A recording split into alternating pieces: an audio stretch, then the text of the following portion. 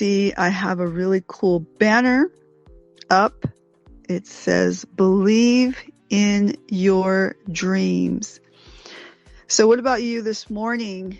What are you working on this morning? What are you doing? Usually I'm popping in, giving you a little word of encouragement. Today is Friday, so happy Friday to you. One of the things I want to share with you this morning is,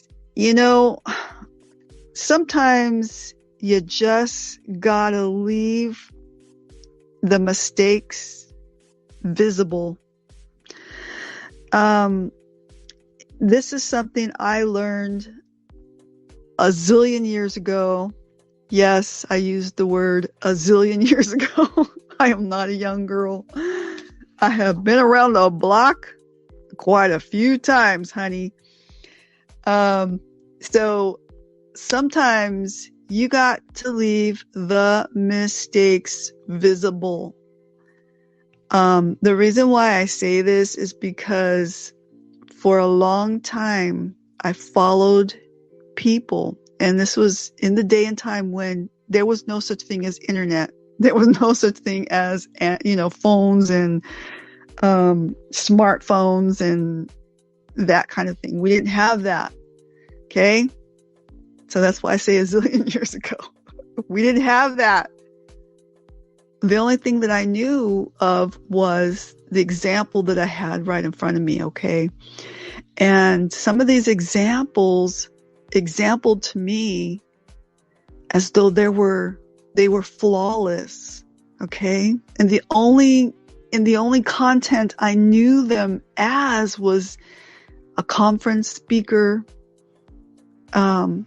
someone that occasionally I seen at a dinner table that they were minding their manners. And so that was the only visual I ever had. And I was like, I cannot possibly live up to this polished person. There is no way that I could do that. So I didn't have a reference of hope. I didn't have a reference of any kind of, I couldn't envision myself, becoming, and all that I could envision was that I was a young mom and I had dreams. I had things in my heart that I wanted them to come to surface. I had things that I had been through that I knew that I could bring to the table. I had experiences and learning things that people that I had learned from that I could bring to the table. I had a background in sports. I had a background in being an athlete. I had accomplished some things in life as far as like motocross and racing and falling and then getting back up and going on and how to make that work. What does that look like? And it looked messy. It looked really, really messy. And I only, in the wisdom that I have through sports, I only could have looked at these people that were so polished on stage and were ministering the gospel with perfection. I could only imagine that can't possibly be true. That cannot possibly be true. We are human. No one can be that polished. And it wasn't only until recently, which I'm really grateful to, guys, if you're out there listening to me today, I'm really grateful that you are beginning to share with us some of the flaws, that you're beginning to share with us some of the mistakes. We need to know this in this generation, because how can we even imagine to be in a certain place and to have some kind of hope unless we knew that there was a point of learning in your lives. And where did you learn, and how did you learn, and what mistakes did you make to reference that back to? We need to know that. So I'm grateful to those who are brave enough to share some of their past mistakes in the ministry, and how to correct them, and what does it look like going through the correcting of those mistakes. Okay, because there are so many people out there that they think that ministers are flawless. Just so that you know, we are not flawless. We are not flawless, okay? So we do have things that we go through. We have issues. We have, our humanity. We have, extended family and family that we are trying to get along with. And, that doesn't always go well. And sometimes sometimes we face things around the corner that we didn't even expect or could even imagine, such as death, such as children going astray, and things like that. And recently I've been, really looking at the youth. I've been studying a lot of youth ministries in England. And, some of these young youth pastors who are coming up, they're not so young anymore. They were young back in the day, but they're not so young anymore. Guys, you're getting old, okay?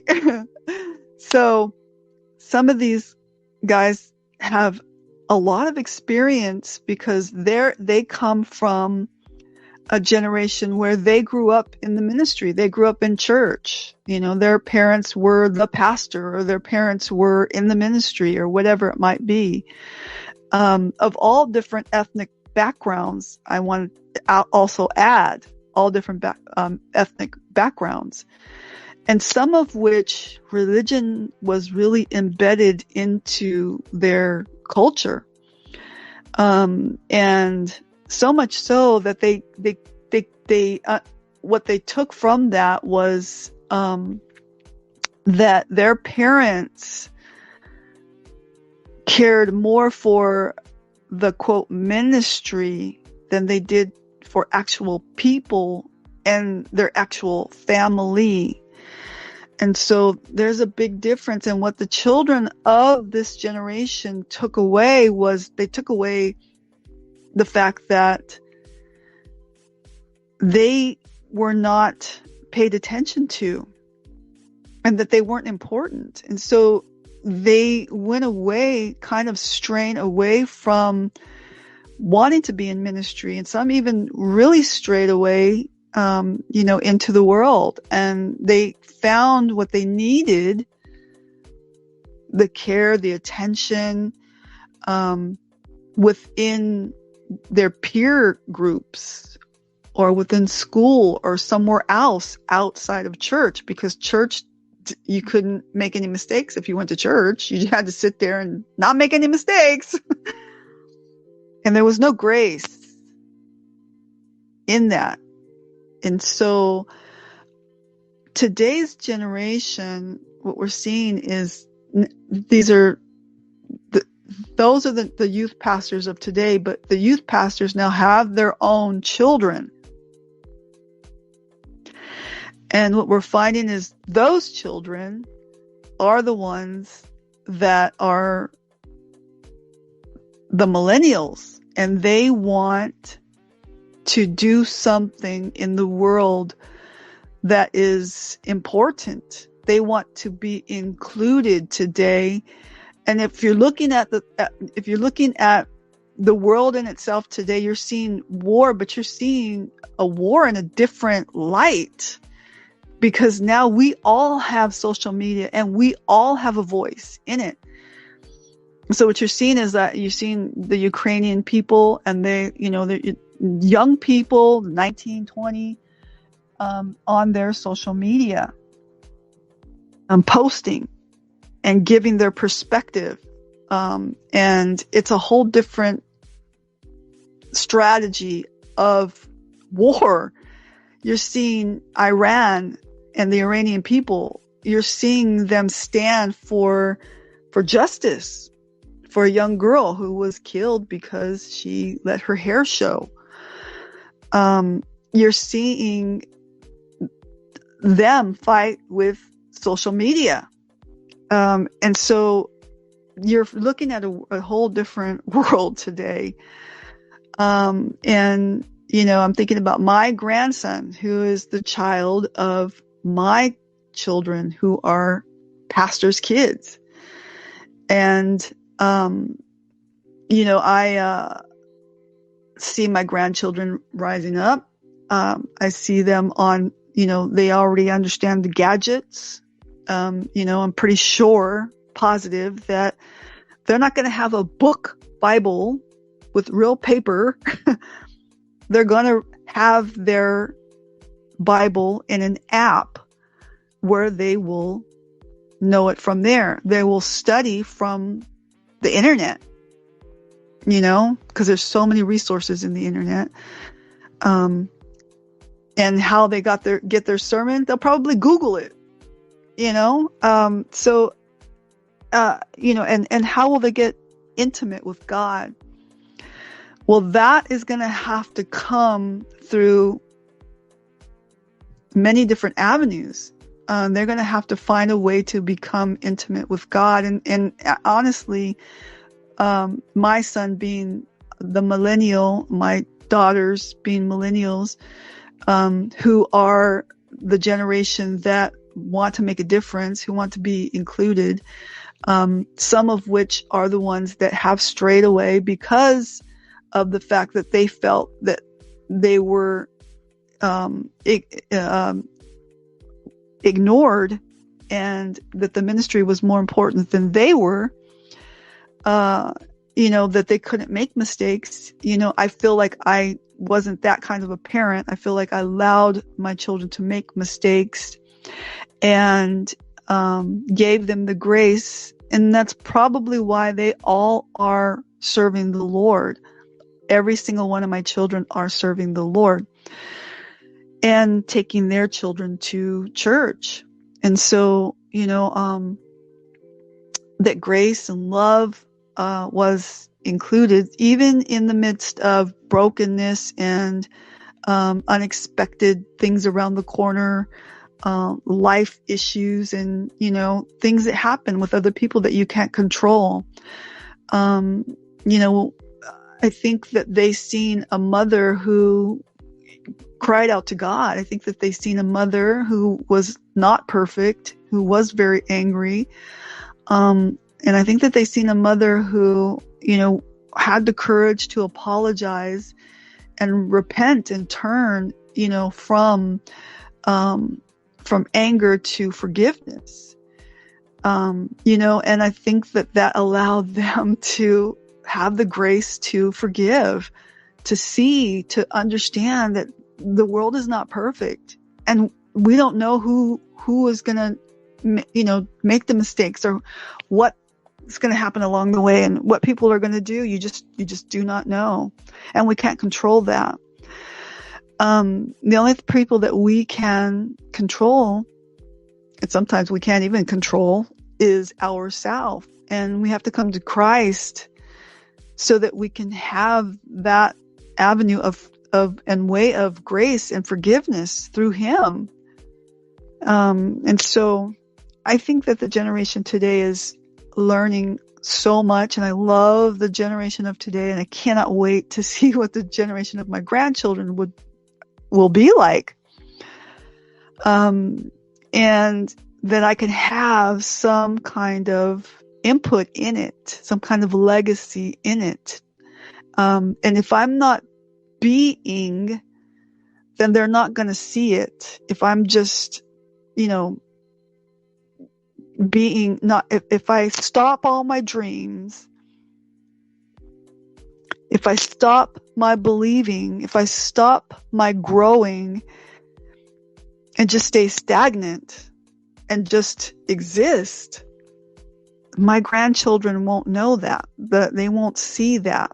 Is you have to live that out. And so that's where I want to stay with today. Think about those things, and I hope it helps you. I hope it helps you to dream bigger. I hope you are living that out. And I hope that you continue on in all of the things that you dream of doing. Because I think that if you are dreaming of something that is along the lines of ministry or helping others and things like that, I think that God is in that. I don't think we're all boxed up into this box of we all have to be, a certain type of way. That's what I was in my belief system. And I was growing up in church. You have to be a certain way. And that's not true. So you have the ability and the grace and the gifting that you bring and the uniqueness that you bring to your whole environment. So do that, and do it together while serving the Lord, because He is the most important person in this story, and always glorify Him. So bye for now. I love you guys. Peace out.